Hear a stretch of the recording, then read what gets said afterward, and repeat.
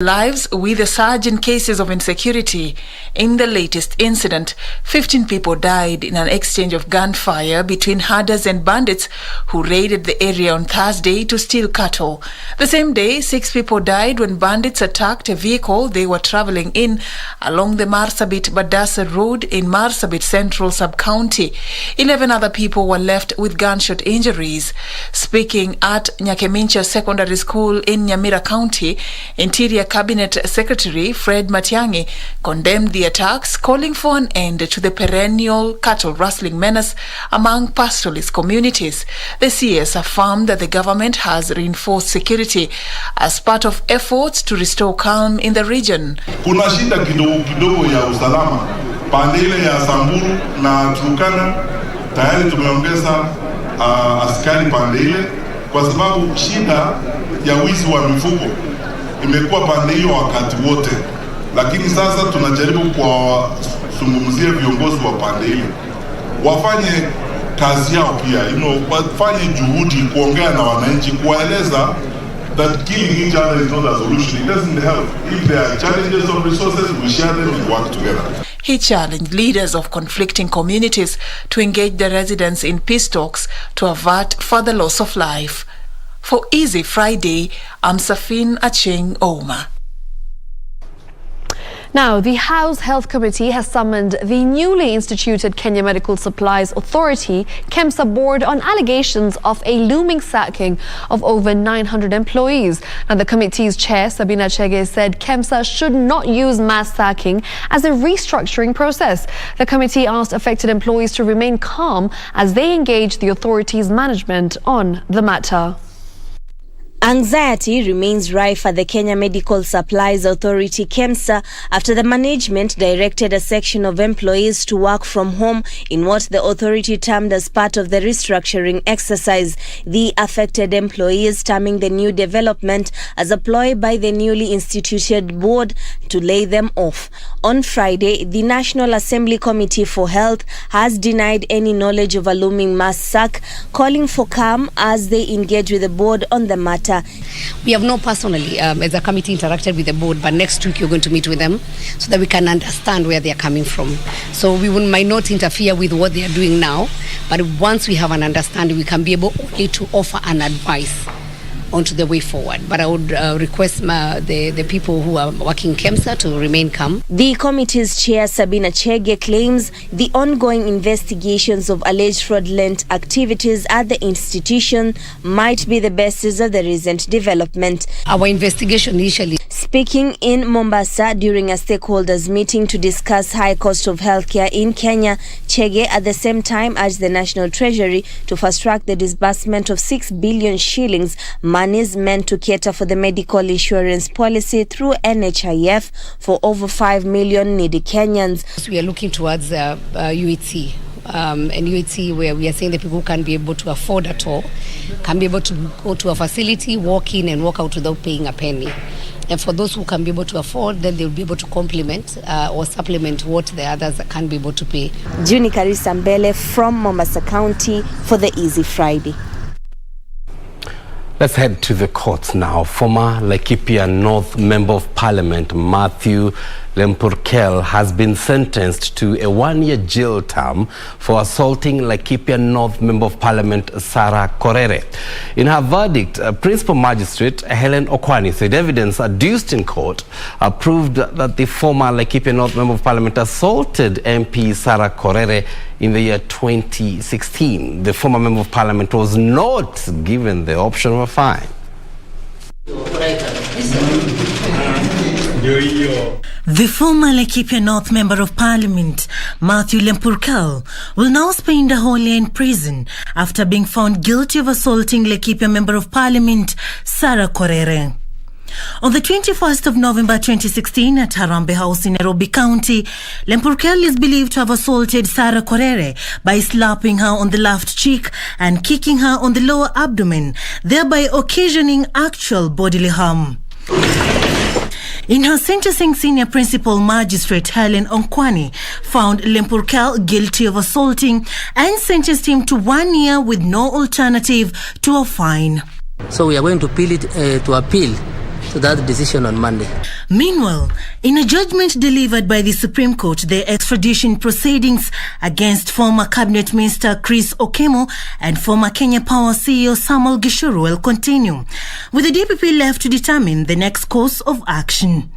The two will now be extradited to Jersey Island to face theft and money laundering charges. The decision was made by Chief Justice Martha Koome, Justices Smokin Wanjala, Njoki Ndung'u and Mohammed Ibrahim, overruling a decision of the Court of Appeal and saying extradition proceedings are criminal in nature and that the authority lies with the DPP and not the Office of the Attorney General, with a dissenting opinion from Justice William Ouko. Finally, a former senior Kenya Ports Authority employee, Happy Chamamu, accused of defrauding a truck driver, Isaac Ali Maalim, over 15 million shillings under the pretext of selling him 60 acres of land within Dongokundu, Mombasa, has been released on a 500,000 cash bill by a Mombasa law court. This is after a failed attempt by prosecution for Hapicha not to be released on a bond as the case proceeds. The case will be mentioned on the 29th of November. For Easy Friday, I'm Serafina Robbie. Meanwhile, President Uhuru Kenyatta has challenged the new Kenya Defence Force cohort to uphold the integrity and standards built by the Kenyan military over the years. Now, the head of state says that the investment in KDF has cemented its position in global peace efforts. President Kenyatta was speaking during the Kenya Defence Force's pass-out parade at the Moi Barracks, Eldoret. For the second year running, the Kenya Defence Forces pass-out parade was closed to the public. This, however, did not dampen the mood of the often colourful event. President Uhuru Kenyatta urged the new servicemen and women to give their all to the country they have vowed to defend and protect. Today, as you join the Kenya Defence Forces, remember that our military commands honor, respect, and admiration in our region and indeed across the globe. Our servicemen and women inspire confidence, patriotism, and pride in the hearts of our people. The president said that investment in the KDF has earned Kenya's military a seat on the global security table. As the Commander-in-Chief of the Kenya Defence Forces, I take pride in the high standards that this organization holds in every arena, including the United Nations Security Council, that KDF is held in the very highest esteem. It is for that reason that whenever the world needs guardians to keep the peace in countries in turmoil, their eyes turn towards Kenya. KDF is involved in various security missions on the continent, and the addition of the new cohort will be key in strengthening its ranks. The president has reiterated that security remains a collective responsibility. Despite the absence of families in this important occasion, the head of state has recognized the parents' support and contribution in nurturing Kenya's newest servicemen and women. Kamche Menza for Easy Friday at the Moi Barracks in Eldoret. Well, you must have noticed or heard a lot of fireworks. That was last night. Yes. I think a day before that. 2078 it is Diwali festival. What is it all about? Right, so the significance of Diwali is basically the triumph of light over darkness, good over evil, and knowledge over ignorance. For some people, it's also the beginning of a new year. As I said, today is the beginning of 2078, the Hindu New Year. And yeah, wishing you once again a very happy Diwali. Yeah, they call it the Festival of Lights. Absolutely. Absolutely, a good one at that. And talking about that Diwali festival, the local Hindu community joined the world in celebrating the Diwali festival, marking the end of the year 2077, as I mentioned in their calendar. Right. Now, this year's celebrations were obviously different because they brought together large congregations late in the night following the lifting of the curfew. Now, families gathered in worship places to usher the new 2078 in style. Take a look. Last evening at the BAP Swaminarayan Temple on Forest Road, the Hindu faithful gathered to mark the end of year 2077 in their calendar. Friends, family and colleagues gathered for prayers for the first time since the onset of both COVID-19 pandemic and Ministry of Health guidelines that did not allow a large number of congregants. A series of prayers is held for spiritual nourishment and well-being. Today is also the day when the goddess of wealth and prosperity appeared from the ocean. And that's why to welcome her into our temple and into our homes, we have fireworks, we have beautiful designs near the door.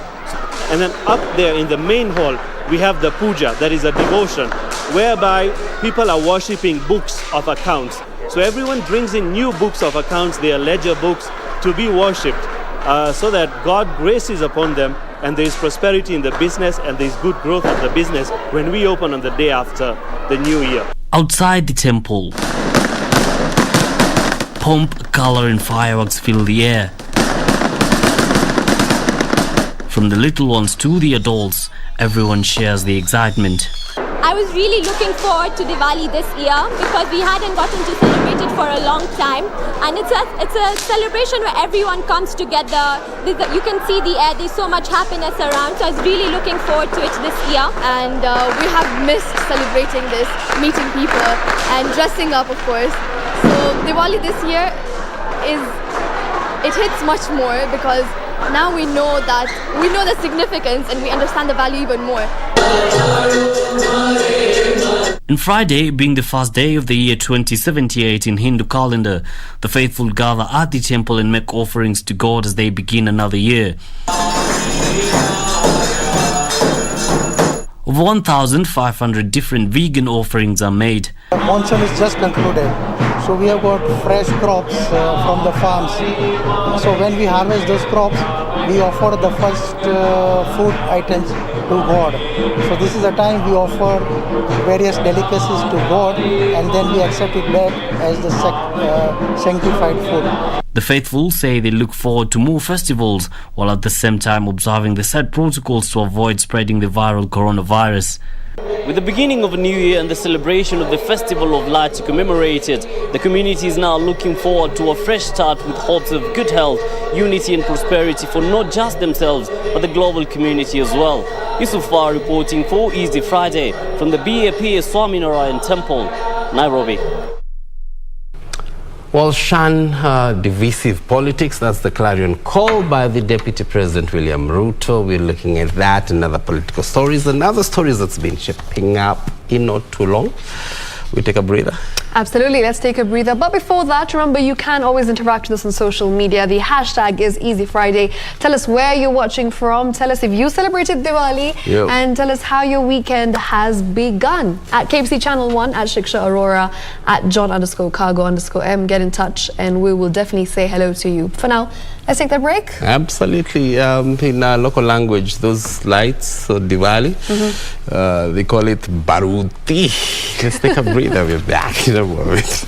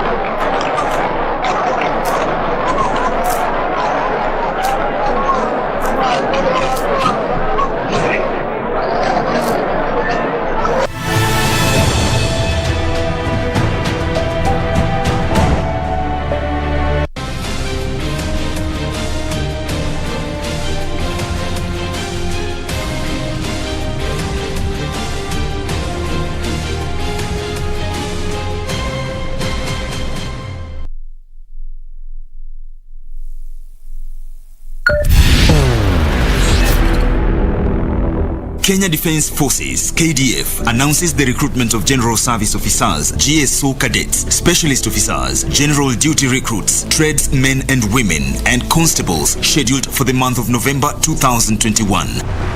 Listen to Radio Taifa during the entire month of November 2021 for details of the recruitment process. Then grab your local newspaper, The Daily Nation, 7th of November. The Star on the 5th of November, while The Standard will have those details 14th of November and 9th of November on MyGov inside The Standard newspaper. The People's Daily on the 8th of November and 12th of November. Remember, no one can influence the recruitment process because bribery and other acts of corruption are against the law. Report any suspicious activities or characters to the nearest police station or military camp or call hotline numbers 0726419709 or 01203000599. KDF recruitment is absolutely free to all.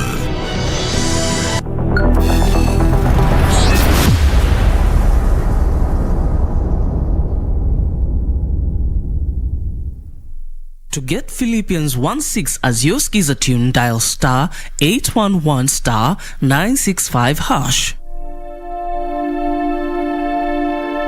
And I'm certain that God, who began the good work within you, will continue his work until it is finally finished on the day when Jesus Christ returns. Philippians chapter 1, verse 6. To get Philippians 1-6 as your Skiza tune, dial star 811 star 965 hash. Star 811 star 965 hash.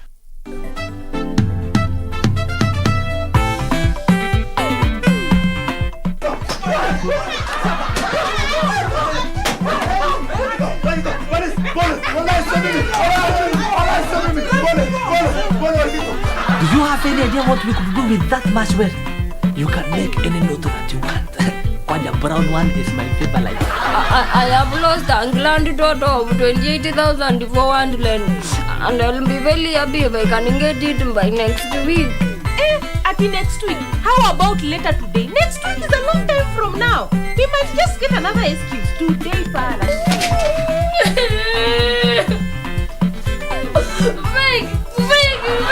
Classmates, every Saturday on KBC.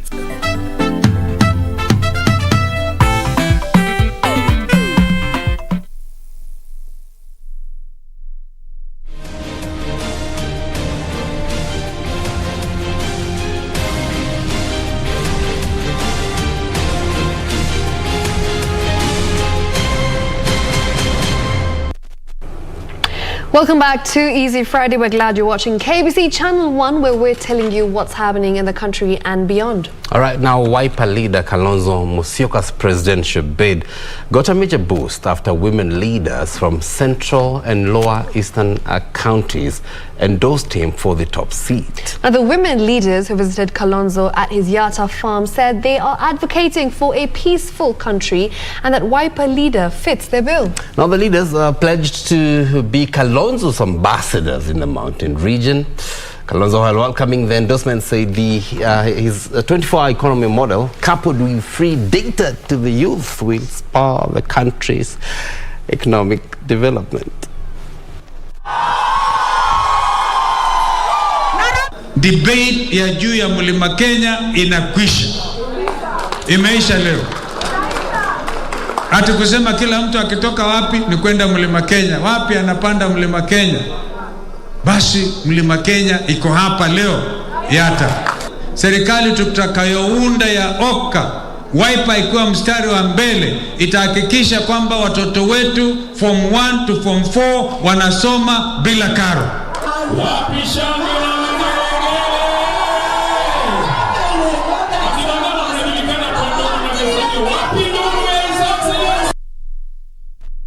Now, moving on, Deputy President William Ruto has called on Kenyans to shun divisive politics and vote out leaders keen on dividing them along the tribal lines. All right, Ruto, who spoke in Bungoma County, urged Kenyans to be wary of leaders who use the tribal card to ascend to power.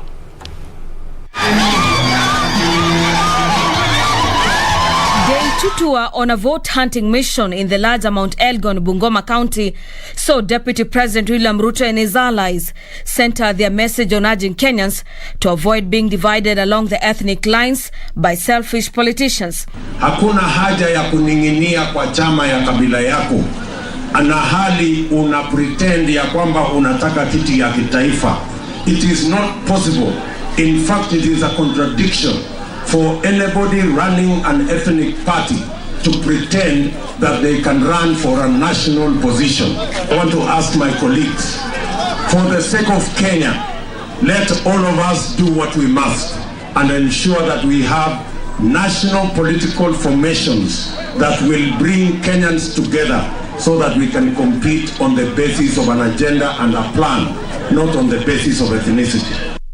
The DP, who sought to consolidate the region behind his UDA party, addressing residents at various stopovers in Bungoma County, claiming his bottom-up economic model will cure Kenya's ailing economy. Hii siasa ya Kenya, my friends, tutabadilisha safari hii. Mtu kama anataka kupata uongozi Kenya, atoke ofisi, atoke Nairobi, akuje aulize hawa wananchi. Kwa sababu hawa wananchi ndio wataamua. The leaders accompanying the DP claiming he's the best bet to succeed President Uhuru Kenyatta in the upcoming elections. Unasimama ukijua unaenda kushinda kura. Huwezi simama tu bure kutafuta pesa ama vitu zingine, hapana. Na hatutaki Your Excellency watu kukucha usiku usumbua wewe.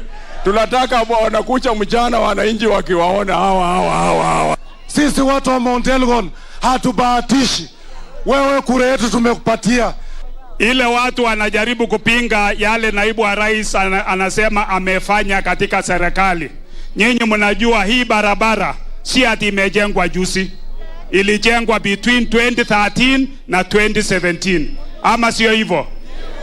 Kama ilijengwa wakati huo, nani ndiye alikuwa katika steering? For Easy Friday, I'm Gladys Mungai.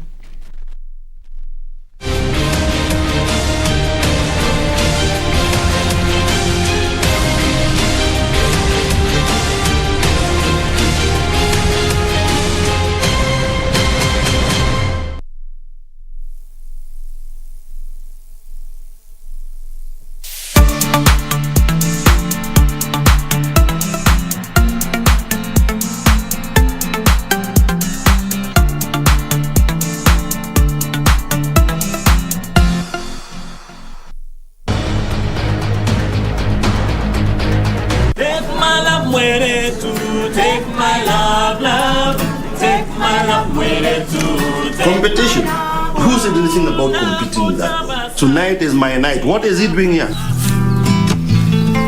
Do I get paid? You are not the boy I raised. You are taking advantage of me. And whom do you think you believe you? Na wana wengine kaja wana ghadhabu, kiwasalimia hata hawajibu.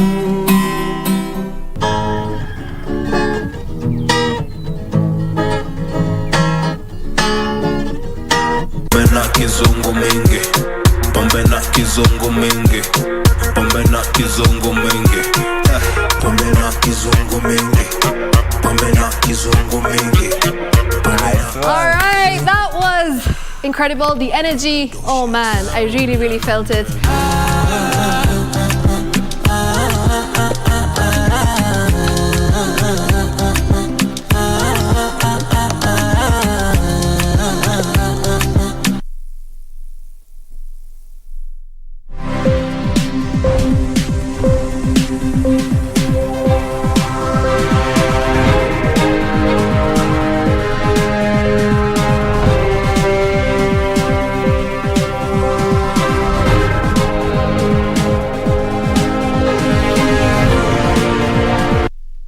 Good evening. My name is Carol Jeng, and I hope that your Friday is easy and chilled. Now let's take a look at the latest in the world of business, and we start off with some interesting news. And you could be required to pay a monthly salary to your unemployed spouse if a proposal by the Kenya National Bureau of Statistics is adopted. The Bureau is undertaking a survey to quantify the domestic work done by unemployed spouse, with the aim of proposing a policy to compel those working to pay a salary to their partners. As Hibak Said narrates, findings from the report would be used to determine dues to be claimed by spouses during divorce. It is believed that where only one spouse works, the unemployed is engaged in doing domestic chores without pay. This means, despite the two people involved in doing work, only one is salaried, a scenario that the Kenya National Bureau of Statistics is keen on correcting. This will be through a survey aimed at quantifying the work done by unemployed spouses with the aim of having the spouse who draws a salary to formally share it every month. When you're in a household and one of you is doing what we define as paid work, and all work is work, so that is also a wrong discourse, and you are earning money and somebody else is left at home, there is work that they do that enables you to participate in the labor economy. If it is in the household, when you wake up, your wife will make you tea, they will iron your clothes, and if you have children, probably she's left taking care of those children. The income that you make is therefore not a personal income. It's actually a family income. The Time Use Survey plans to study one's daily tasks from morning to evening to measure one's work value in a domestic setting. And our society needs to recognize the burden of care, that is unpaid care work, and domestic work that disproportionately affect women and girls. And part of the recognition begin with measuring the amount of time women and men, boys and girls are spending doing work that is not paid. The cross-sectional survey will provide holistic data to improve on the compilation of the contribution of household production to the national accounts to inform macroeconomic policies and strategies. Tukipata hizo takwimu, serikali ndio inatumia katika kufanya mipango yake.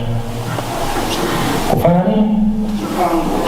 Kwa hiyo takwimu zinatumika katika kuja na mipango, kuja na sera, formulate policies. Sawa, ndio ukaona Mr. Wambua alikuwa akizungumza mambo ya policies na kukagua miradi. Findings from the survey will be used to settle domestic legal suits during separation. Supporters decried the continued dismissal of unpaid care and domestic work, including household chores and child rearing, noting that it undermines gender equality. Money earned by a spouse in a household where the other spouse does not necessarily work in the domestic sense will be considered the household income. This is what Groot Kenya is advocating for, especially with the release of the survey by the Kenya National Bureau of Statistics. Reporting for Easy Friday, my name is Hibak Said. Well, thank you, Hibak, for that report. Now, Kenya Railways Corporation has taken over running of several functions of standard gauge railway in readiness for the full takeover of the facility. Kenya Railways says it is currently managing the ticketing, communication and signaling, fueling and security operations of SGR from the Chinese manager Afrister.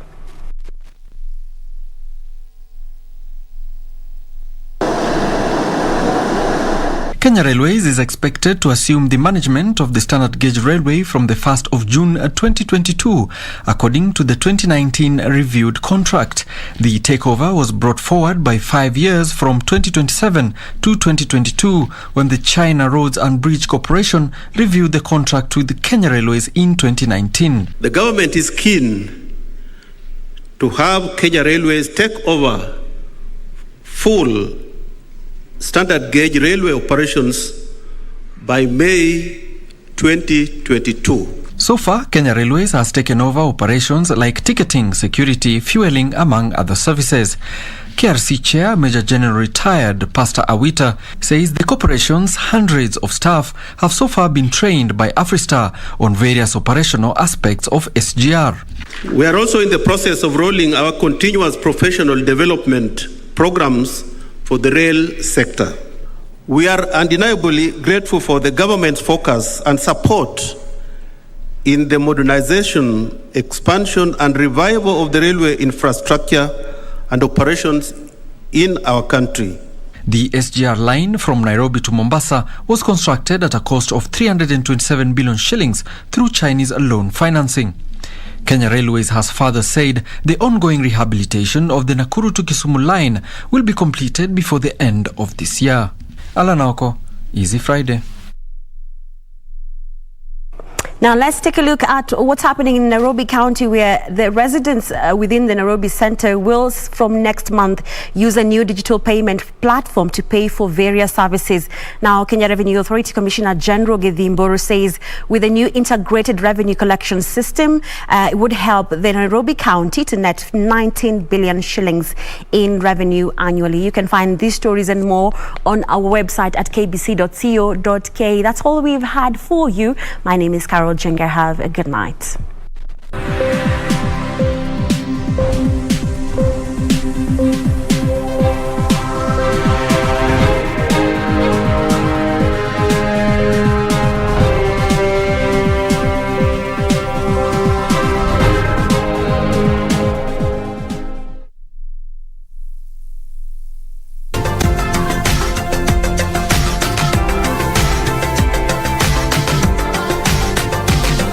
What pneumonia is and what causes it?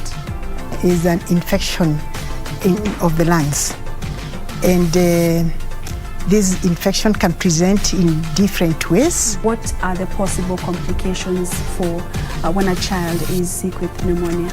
Yeah, when the mothers recognize the child has got increased rate of breathing, has got that lower chest wall indrawing, they should seek help immediately. If pneumonia is not treated, it kills within 72 hours. It's one of the leading killer diseases. Babies who have had exclusive breastfeeding, they're at less risk of developing pneumonia. In fact, the exclusive breastfeeding reduces pneumonia by 50%.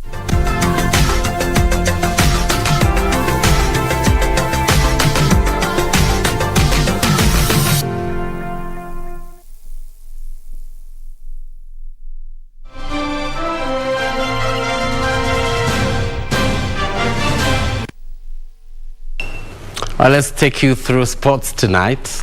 Wazito FC suffered their fourth defeat of the season after a 2-0 loss to KCB in a closely contested FKF Premier League match played today at Kasarani Stadium. Wazito are now winless in the last 5 Premier League outings.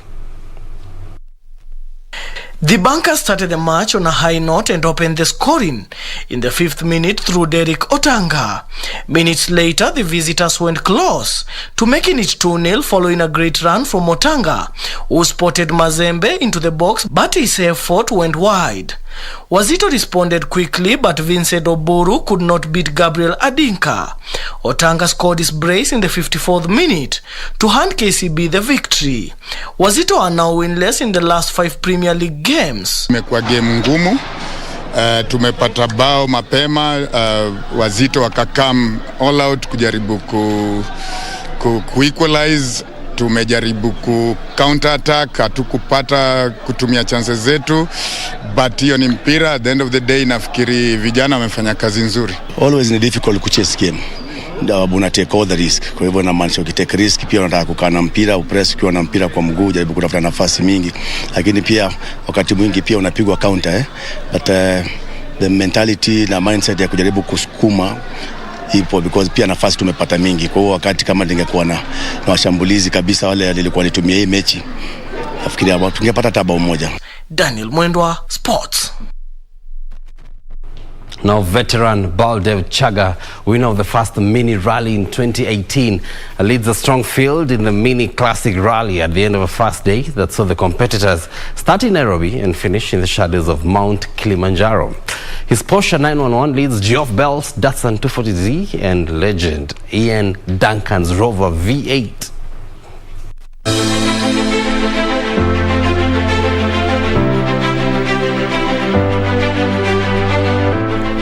The day started in searing heat, but ended in heavy storms, breathing lives into the scorched earth, but giving A-Trans differing challenges at each end of the day. Classic competitors Ben Hood Hams in a Ford Capri and Bob Semi in a Ford Escort MK2 were both victims of the rain-affected grounds, getting stuck in stage 5.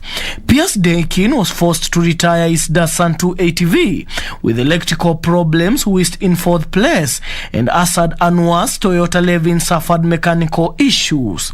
In the rally raid, Mike Ross, leader on day 1, pushed hard again, but blew his engine on stage 5, while Alasdair Keith had to retire his Land Rover 110 with persistent mechanical issues.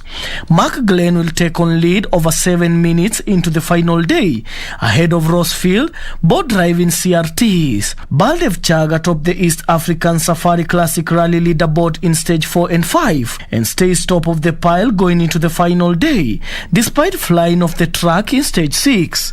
He and Duncan leapfrogged Geoff Bell into the second place, overall with another strong push in the Rover V8, and is just 3 minutes off top spot despite getting stuck in fish for 2 minutes. Daniel Mwendwa, Sports.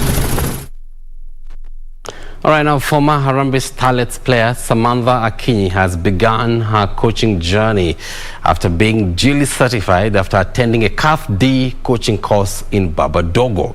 Now, born in Babadogo, her football career began at Maisa, where she played for Raraka Zone Babadogo United Ladies.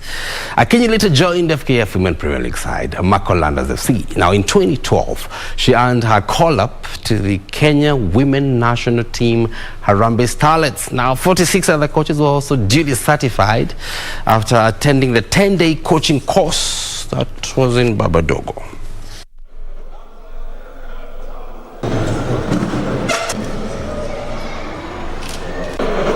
We are trying to encourage every former footballer to come on board. I mean, we have so many clubs in the country, more than 10,000. So with that, they'll be able to get an opportunity to be able to express their experience and also learn to be coaches. You may learn there's a very big difference between a coach and a player. So I think hii itanisaidia sana because I'm still playing. Itanisaidia kuweza ku understand theories za coach na venye mimi mwenyewe nafaa kucheza. All right, now Egyptian side Wadi Degla proved a point in the opening match of the CAF Women's Championships after a comfortable 3-1 win over Malian side AS Manda. Now Noha Mamdou gave the Egyptians an early lead in the second minute from the spot before Fatoumata Doucouré added the second minutes later. Our Traore pulled one for AS Monday, forcing a 2-1 halftime lead. Now, in the second half, Jasmine Teresa added a third for the Egyptians as they took charge of the game. Tomorrow, Kenyans Vihiga Queens takes on South Africa's Mamelodi Sundowns with the game beamed live right here on KBC Channel 1. The 2021 tournament has kicked off and will end on the 19th of November. A total of 8 teams will compete in the group stage to decide those that play in the last 4 in the knockout stage. Would you believe it? Great header, 3-1. Well, they scored at the start of the first half, and they've only gone and done it again here.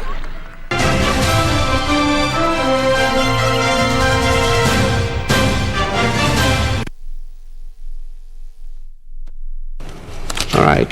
We'll carry on. All right, of course. And before we leave, just, saying hello to you if you are watching. We've got a few messages on Facebook. One that says, watching, happy Diwali to our brothers from Arteta Mwenyewe. Another one from Kericho, that's from Tunui Ali, who says, watching from Kericho. Priscilla Kerubo says, watching live from Kisii County with my lovely son, Brian, and my husband, Duke. We love you. That's very sweet. We love you too. Another one that comes in from Winnie, who says, always following from Kamukuywa. Did I say it right? Kamukuywa, I think. Yeah, right, from yeah. Bungoma County. Yeah. We see you, we appreciate you. And lastly, Omar Kihindi, who says, I'm tuned in from Mombasa, wishing you a happy Diwali. All right, Devi says, Kwani ni kesho. Very nice. Well, thank you for that, Devi. There are a lot of you, Agnes and Teresa, there are a lot of you who have been sharing your feedback. Thank you so much indeed for watching Easy Friday. This is the first part of the bulletin. That's it. Time to let Shiksha take it away. Absolutely. Yes, to the spotlight, yeah? Indeed. And it's a dancing session tonight. So I need to also change my dress. Yeah, okay. So I'll be back with another dress because I need to get comfortable, need to dance. I've got 2 incredible dancers coming on board, Ajib Gadoni and the Dance General. Ajib Gadoni just recently won the Dance Influencer of the Year. And after that, we've also got Dance General, who's choreographed for names like Nameless, Wahoo. He was part of Ottilia Brown's videos as well as the main choreographer. So that's coming up, and we'll talk about all things dance. So make sure you don't go too far. Yeah, Spotlight is up next. A dance one is that. Thank you for watching. Good night.